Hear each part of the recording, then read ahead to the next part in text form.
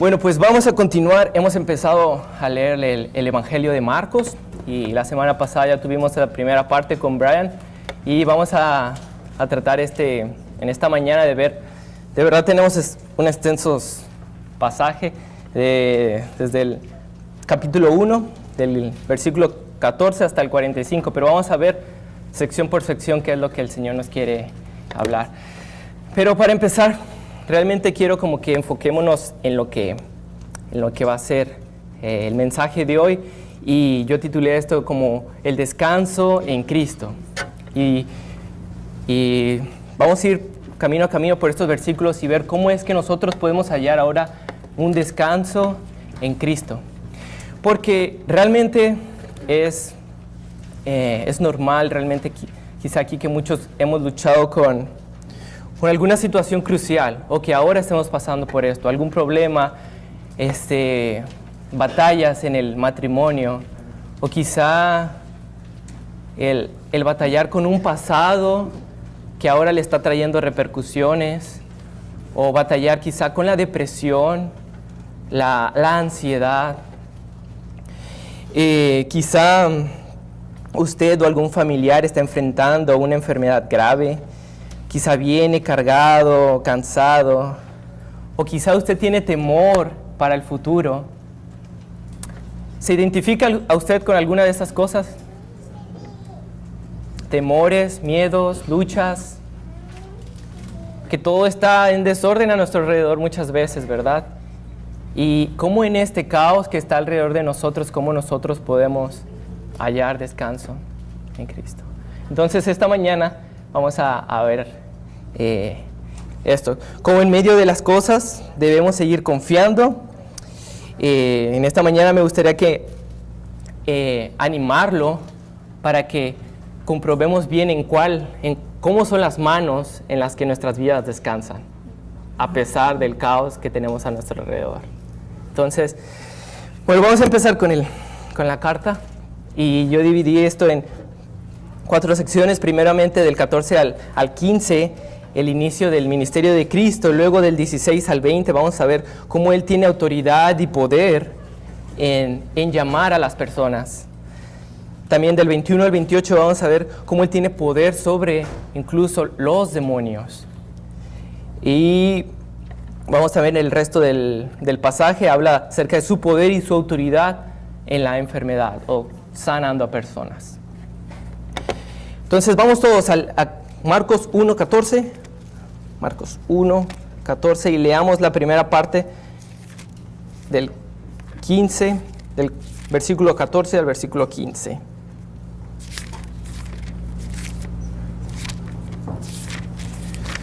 Ya mero. Aquí está. Entonces, así comienza Marcos. Lo que vimos la semana pasada es cómo Juan entendía bien su papel de predicar el bautismo del arrepentimiento, pero él siempre dijo estas palabras: viene tras de mí alguien que es más poderoso, al cual yo no soy digno de desatar la correa de su calzado. Y yo los bautizo con agua, pero el que viene por mí es más poderoso y él los va a bautizar con el Espíritu. Entonces, eso fue lo que vimos la semana pasada acerca del papel que jugó Juan. Y ahora Jesús fue después al desierto, y en el versículo 14 leemos: después de que Juan fue arrestado, Jesús vino a Galilea predicando el evangelio del reino de Dios, diciendo: el tiempo se ha cumplido y el reino de Dios se ha acercado, arrepentíos y creer en el evangelio. Entonces Marcos nos dice que Juan fue encarcelado. Realmente eso fue una historia larga, pero Marcos realmente no es su enfoque en el decirnos qué pasó con Juan, sino que su enfoque va a ser su ministerio de Cristo en Galilea, predicando lo que es el reino de Dios, el evangelio del reino de Dios. Y Galilea era la parte norte de Palestina, era una parte más poblada en aquel tiempo de Jesús, era de las regiones con más influencia gentil también. Galilea fue donde el Señor Jesús pasó aproximadamente el 90% de su ministerio, y fue allí donde hizo también la mayoría de sus milagros. Y Marcos nos cuenta que él se enfocó en predicar el evangelio del reino, Cristo Jesús. Después el mismo pasaje nos dice El tiempo se ha cumplido. Realmente, hermanos, este pasaje es uno de los mejores, ¿verdad? Porque esto es algo que nos da esperanza. Porque realmente fue algo que se había prometido desde donde Adán y Eva, y generación tras generación fueron pasando eventos, profetas, pero todos llevaban a este punto donde Jesucristo vendría. Entonces viene Jesús y dice, el tiempo se ha cumplido, hermanos. Ya estoy aquí, el Rey de Reyes se ha acercado. Como que él dice también, el reino de Dios se ha acercado, arrepentidos y querer. Realmente aquí Cristo nos está dando una esperanza, pero una esperanza no para que nosotros tengamos una comodidad, no para que quizás seamos libres de alguna enfermedad o para que vivamos una vida feliz, con todo lo que queremos. Realmente es una esperanza para un problema más grande, que es el de nuestro pecado. Esa es la esperanza de que Cristo vino aquí a la tierra y ahora tenemos esta esperanza. Entonces, vamos a seguir leyendo y quiero que la segunda parte habla del 16 al 20, del versículo 16 al 20, acerca de la autoridad de Él y su poder en su llamado.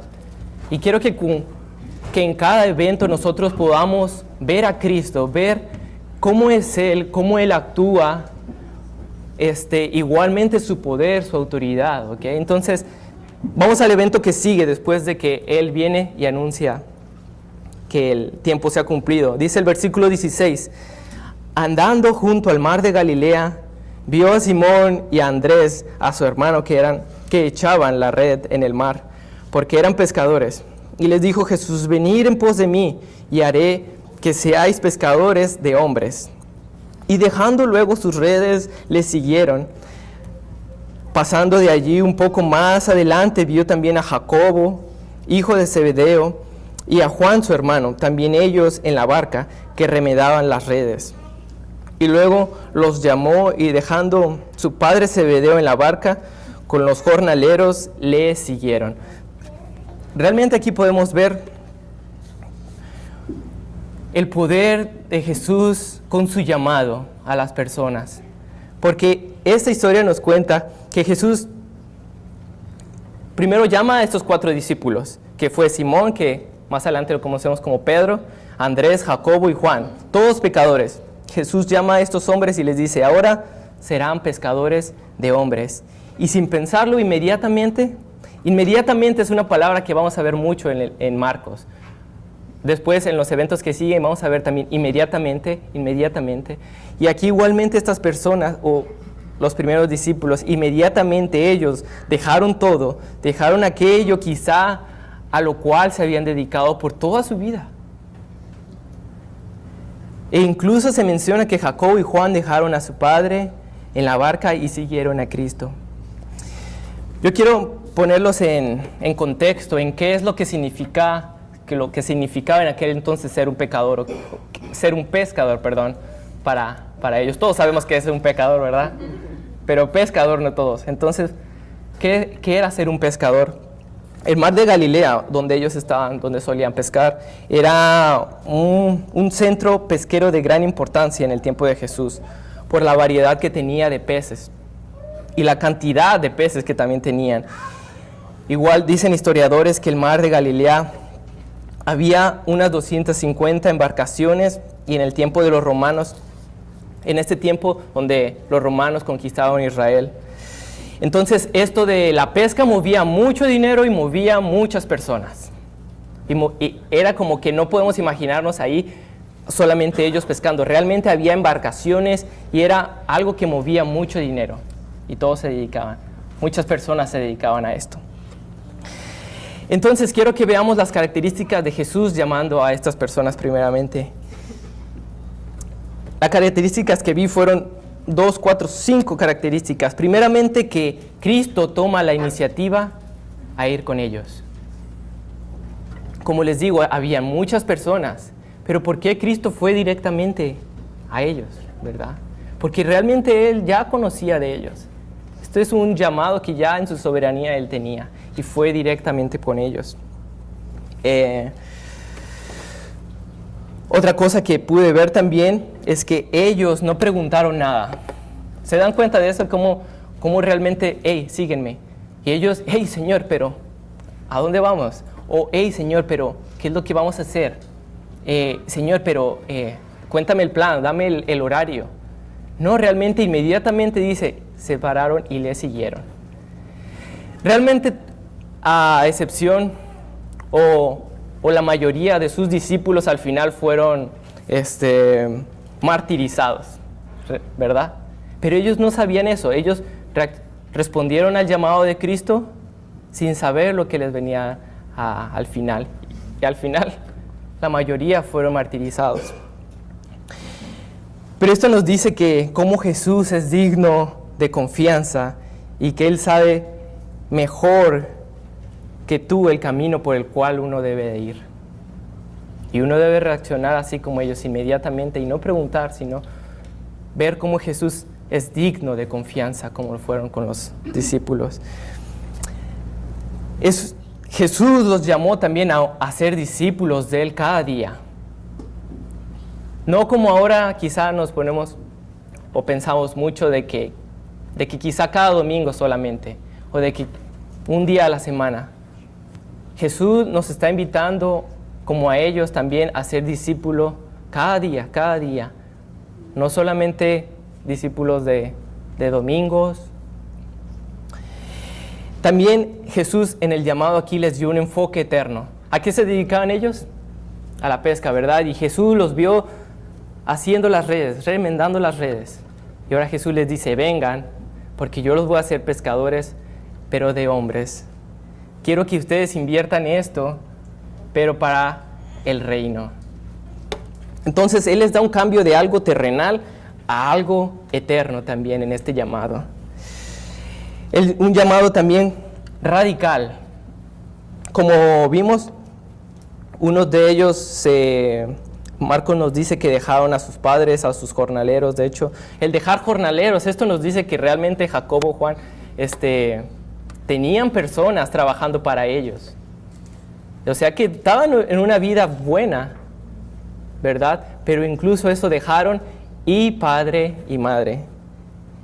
Y eso nos podría parecer radical, ¿verdad? Pero ¿por qué dejar padre y madre? Incluso Jesús, si vamos todos al versículo de Lucas, las mismas palabras, Jesús las dijo de otra manera. En Lucas 14, capítulo 14, versículo 26.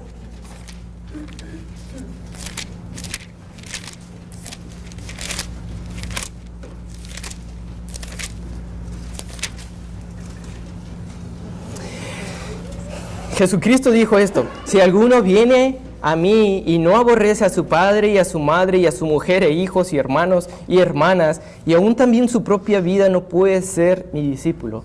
Jesucristo mismo diciendo esto. ¿Okay? Si alguno viene a mí y no aborrece a su padre, a su madre, hermanos, hermanas, incluso su propia vida. Y esto de aborrecer nos habla acerca de una comparación en cuanto nuestro amor hacia Cristo o hacia las personas que tenemos a nuestro alrededor. Realmente, ninguna persona, incluso nuestra propia vida, puede tomar el lugar del Señor. Comparativamente, ¿verdad? Y esta comparación muchas veces se puede ver así como que, bueno, quizá aborrecer al familiar, al amigo, pero realmente poner al Señor por sobre todo y darle nuestra vida 100%. Realmente no es como que le damos solamente el 50%, sino el 100%. Este fue un llamado radical también en la vida de sus discípulos, pero así lo fue con cada uno de nosotros, hermanos. Vemos, este llamado fue radical. Hey, quiero toda tu vida, quiero todo, 100%. Incluso hasta al punto de llegar a aborrecer a familiares, su propia vida. Entonces, este es el primer evento donde vemos realmente el poder y la autoridad de Dios en cuanto a que Él nos llamó. Y que también podemos descansar sabiendo que Él fue el que nos ha llamado y el que sabe lo mejor para nosotros.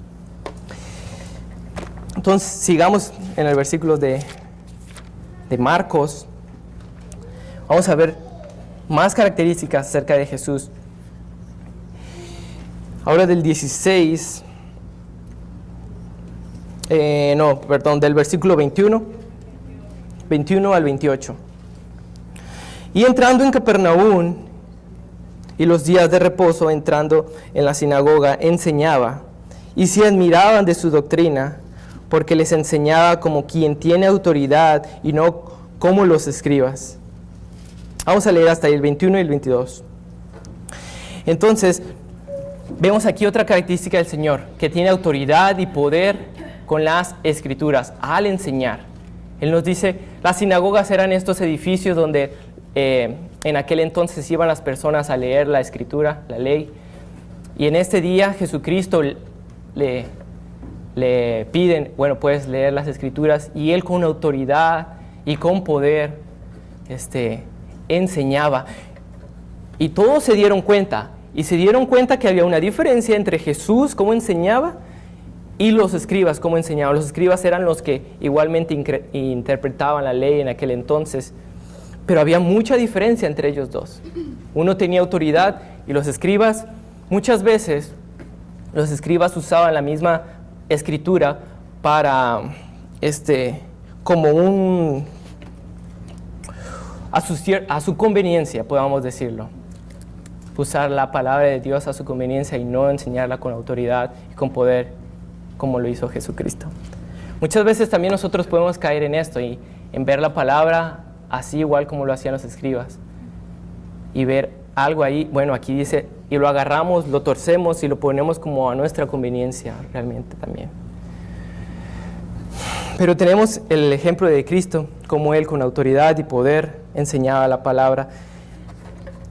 Y cuando Jesús estaba leyendo la palabra, también pasó algo más que nos relata el versículo 23 en delante. Pero había en la sinagoga de ellos un hombre con espíritu inmundo que dio voces diciendo, ¿qué tienes con nosotros, Jesús Nazareno? ¿Has venido para destruirnos? Sé quién eres, el Santo de Dios.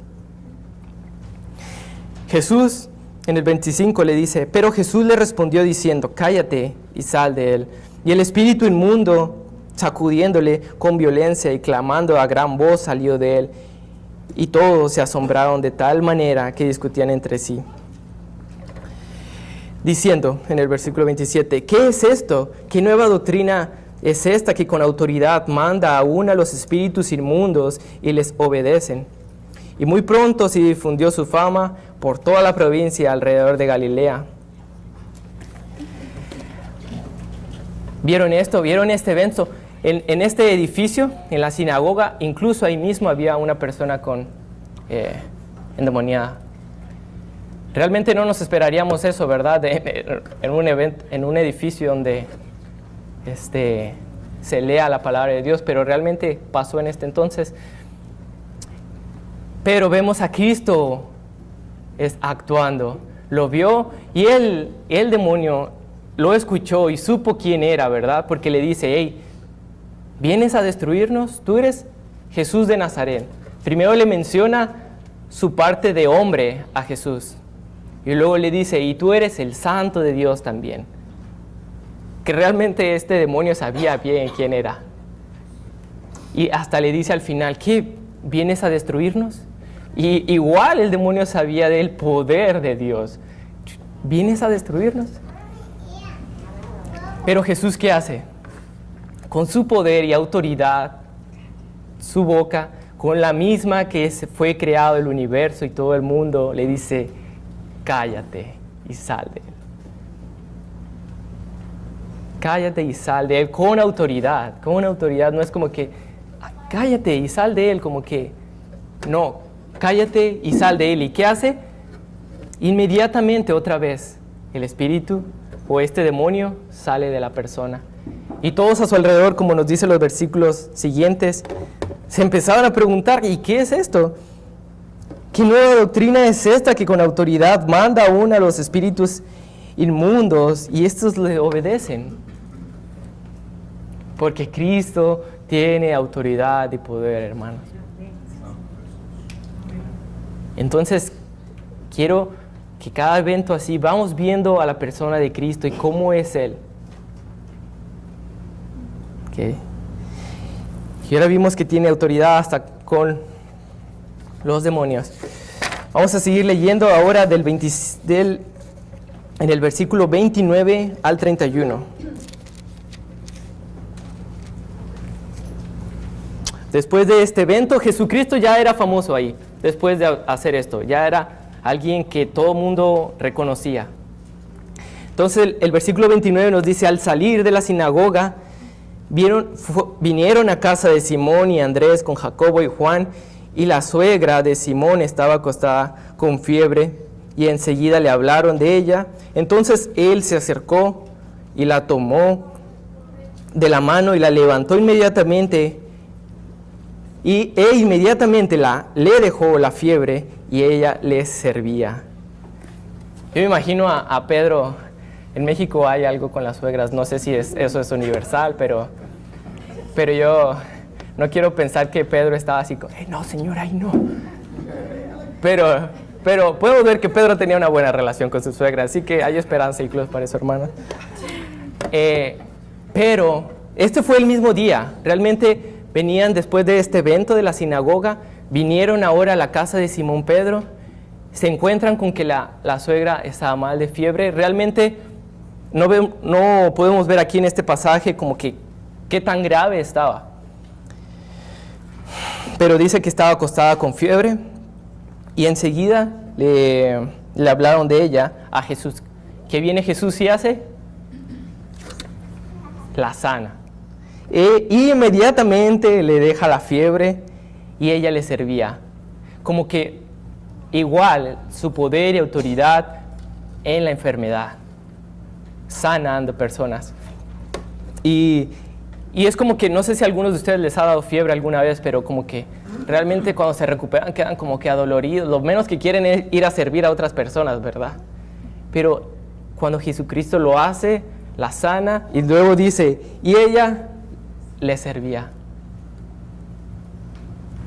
Hermanos, realmente el poder y la autoridad del Señor es grande, y lo podemos ver aquí como lo vimos con la enseñanza. Primero el llamado que Él nos da, luego también con lo que fue enseñando usando la Escritura, luego con los demonios, como Él tuvo autoridad sobre ellos, y ahora con la enfermedad también. Pero eso no fue todo. Vamos a seguir en el versículo 32. Dice el versículo 32, cuando llegó la noche, luego que el sol se puso, le trajeron todos los que tenían enfermedades y los endemoniados, y toda la ciudad se agolpó a la puerta y sanó a muchos que estaban enfermos de diversas enfermedades, y echó fuera muchos demonios, y no dejaba hablar a los demonios porque le conocían. Entonces, todo está pasando el mismo día, ¿ok? Estaban en la sinagoga, después fueron a la casa de Pedro, se hace noche, y aquí Marcos nos dice que cuando llega la noche, luego que el sol se puso, o sea, el día de reposo empezaba realmente desde el viernes a la puesta del sol hasta el mismo sábado cuando se ponía el sol. Entonces, se acaba el día de reposo y todos se vienen porque no podían realmente hacer una tarea pesada en el día de reposo. Entonces, todos estaban esperando, bueno, se va a acabar el día de reposo y vamos a ir con ese. Entonces, como nos dice Marcos, se acabó y trajeron a todos los enfermos, e incluso endemoniados, incluso dice que todos se agolpaban a su puerta. ¿Y qué hizo Jesús? Lo sana. Jesús le sana y dice que eran diversas enfermedades. Podemos imaginarnos que eran desde virus, desde enfermedades graves. Como vamos a ver la siguiente enfermedad, de hecho, que es en el versículo 40, y cómo Jesús sanó a esta persona. En el versículo 40, Marcos nos relata que Él sana a un leproso. Empezando en el 40 dice, vino a Él un leproso, rogándole hincada la rodilla, le dijo: si quieres, puedes limpiarme. Y Jesús, teniendo misericordia de él, extendió su mano y le tocó y le dijo: quiero, sé limpio. Y así él hubo hablado, al instante la lepra se fue de aquel y quedó limpio. Entonces le encargó rigurosamente y le despidió luego y le dijo: mira, no digas a nadie nada, sino muéstrate al sacerdote y ofrece por tu purificación lo que Moisés mandó, para testimonio a ellos. Pero ido él, comenzó a publicarlo mucho y a divulgar el hecho, de manera que ya Jesús no podía entrar abiertamente a la ciudad, sino que se quedaba afuera en los lugares desiertos y venían a él de todas partes. Como Marcos nos decía, realmente eran diversas enfermedades. Y aquí vemos a Jesús sanando a un leproso. Era una enfermedad común en aquel entonces, la lepra. Algunos han visto fotos, han visto artículos o documentales de esto, cómo esto llega a dañar el cuerpo también, la salud. Era una de las enfermedades más comunes y más terribles también en aquel entonces. Vamos a ponernos en el lugar del leproso. ¿Cómo era su vida? Para ver también Jesús cómo reacciona a eso. Entonces, un leproso en aquel entonces vivían aislados de la sociedad. No vivían como una persona normal. Aislado, quizá lejos de familia, amigos, todo ser querido, con miedo. Y las personas no se acercaban a los leprosos por temor a contagiarse, pero también por temor a, si una persona llegaba a tocar un leproso, esto también significaba una impureza para ellos y ya no podían participar más en las ceremonias. Entonces, nadie tocaba a un leproso, nadie hacía caso del leproso y ellos vivían lejos. Pero quiero que veamos cómo Jesús actúa con él. Como vimos ya, el leproso se presenta con él y le dice: hey, Jesús, yo sé que tienes el poder para hacerlo. Sé que tienes el poder para librarme de esto. Pero si quieres, límpiame. ¿Y Jesús qué le dijo? Quiero, sé limpio. Pero hay una palabra muy importante después de eso. Bueno, y en el versículo 41 dice: Jesús, teniendo misericordia de él, extendió su mano y le tocó y le dijo: quiero, sé limpio. Es realmente increíble el ver cómo Jesús también tiene misericordia. Él tiene poder, autoridad, pero es misericordioso también igualmente. Él podía haber hablado y haber dicho: sé limpio, como lo hizo con los demonios, como lo hizo quizá con la suegra de Pedro. Pero aquí Marcos nos relata que le tocó. ¿Y qué habíamos visto acerca del leproso? ¿Quién le tocaba al leproso? Nadie tocaba al leproso. Pero Jesús no solamente habló y lo sanó, sino que él lo tocó. Y no sé si realmente ese fue el primer contacto que él tuvo, quizá desde que tuvo la lepra, quizá en toda su vida. Y el miedo que tenían las otras personas de contaminarse, realmente el Señor Jesús, cuando toca a alguien, en vez de contaminarse, limpia a la persona. Y podemos verlo como Jesús es misericordioso igualmente, y que es como que personal también con cada persona, personal, como que no es grupal, así como que bueno, esto es mi grupo, sino que su vida es como que algo valioso para el Señor. Gracias ahora a Cristo. Entonces, está claro que el Señor Jesús tiene autoridad, ¿verdad? Tiene poder, es misericordioso realmente. Y hay un evento que pasó durante todo este pues el sanar a las personas, los milagros que Jesús hubo, y está en el versículo 35 al 39. Pero veamos, analicemos cómo Jesús tuvo su día. Estuvo en la sinagoga, fue con a la casa de Simón, sana a su suegra. Después Marcos nos dice, todos se agolpaban y Jesús los sanaba a a ellos y a los endemoniados. Tenemos que recordar que Jesús era 100% hombre, que no es el superhéroe que nunca se cansó, Realmente Jesús se fatigó con todo eso. Y el ver todas estas personas realmente era también una carga para él.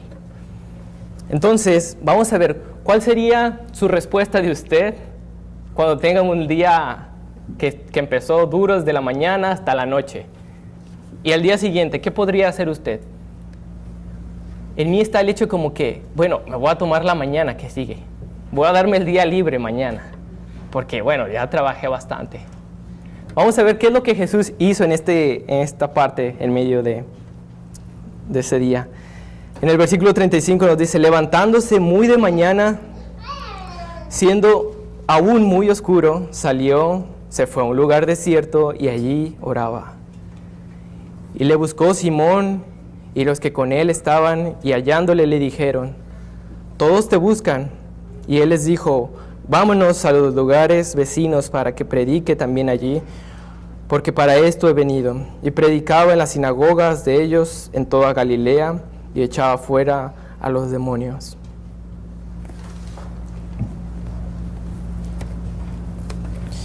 Jesús fue a depender del Padre igualmente en la oración.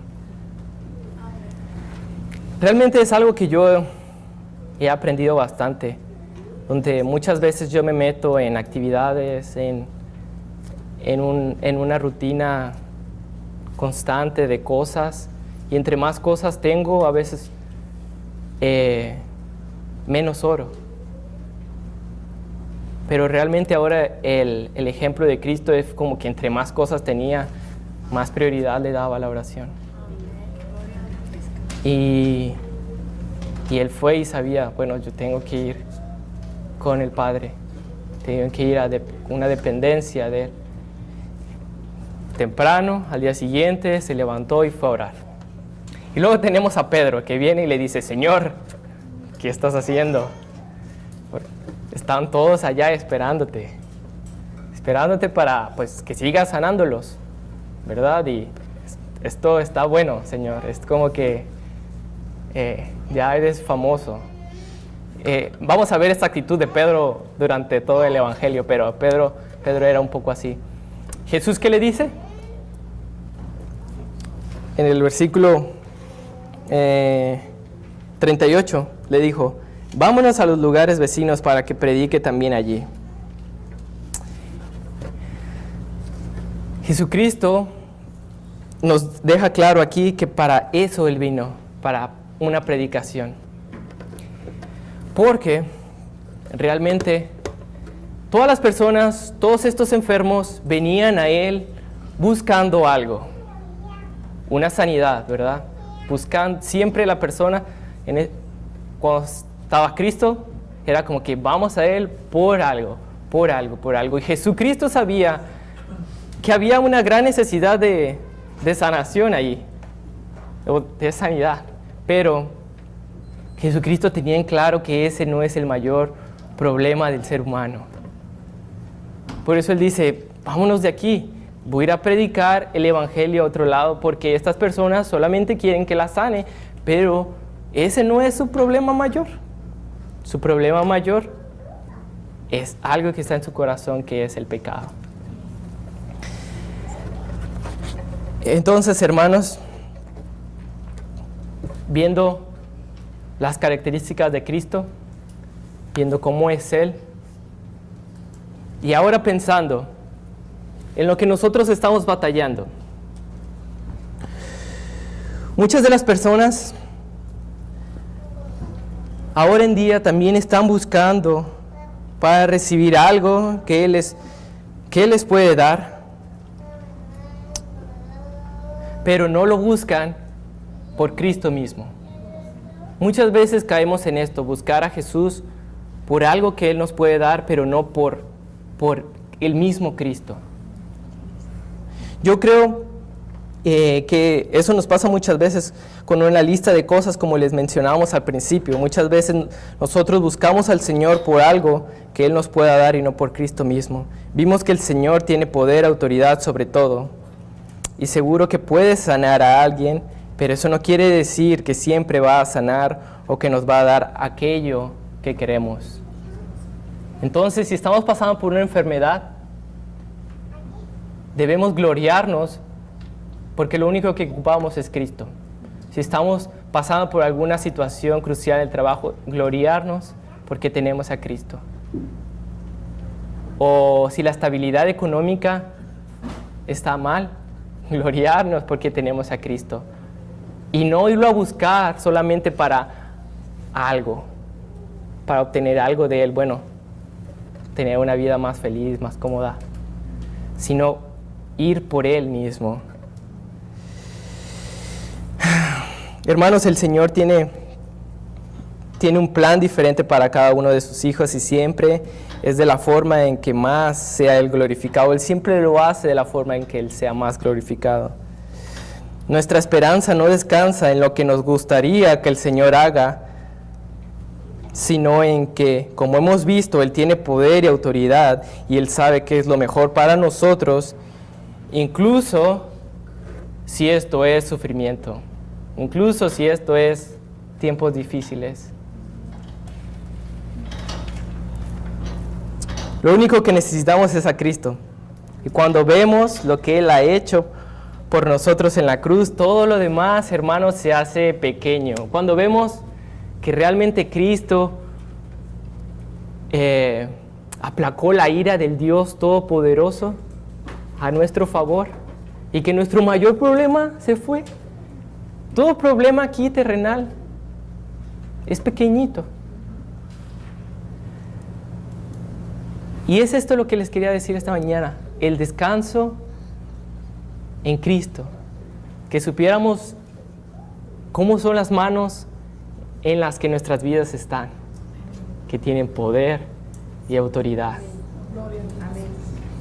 Y si nos decimos, Señor, pero ¿por qué yo tuve este pasado? ¿Por qué yo pasé por esto?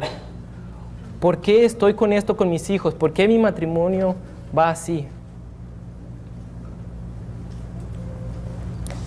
Bueno, realmente muchas veces lo que estamos diciendo es que, Señor, yo si fuera tú, yo lo hubiera hecho así, así, así, así en mi vida. Pero eso, ¿cómo nos ponemos al nivel del Señor en decir o pensar que hubiera sido diferente, hubiera sido mejor si fuera sido a nuestra manera? No, el Señor lo hizo de una manera que Él sea más glorificado y que sea lo mejor para nosotros igualmente. Solo quiero terminar con esto y decirles que debemos descansar en las manos de un Dios con autoridad sobre todas las cosas, incluso como Él llamó a sus discípulos, familia, trabajo, relaciones. Que a pesar de todo el sufrimiento temporal al que ahora podamos experimentar, un día, hermanos, estaremos en su gloria, gracias a la obra de la cruz. Amén. Hermanos, el Señor está reinando y Él está sentado ahora en su trono y en estas manos descansan sus vidas. No es a su manera, es a la manera de Dios. Jesucristo basta. Él es todo lo que ocupamos. Confiemos en Él. Vamos a orar.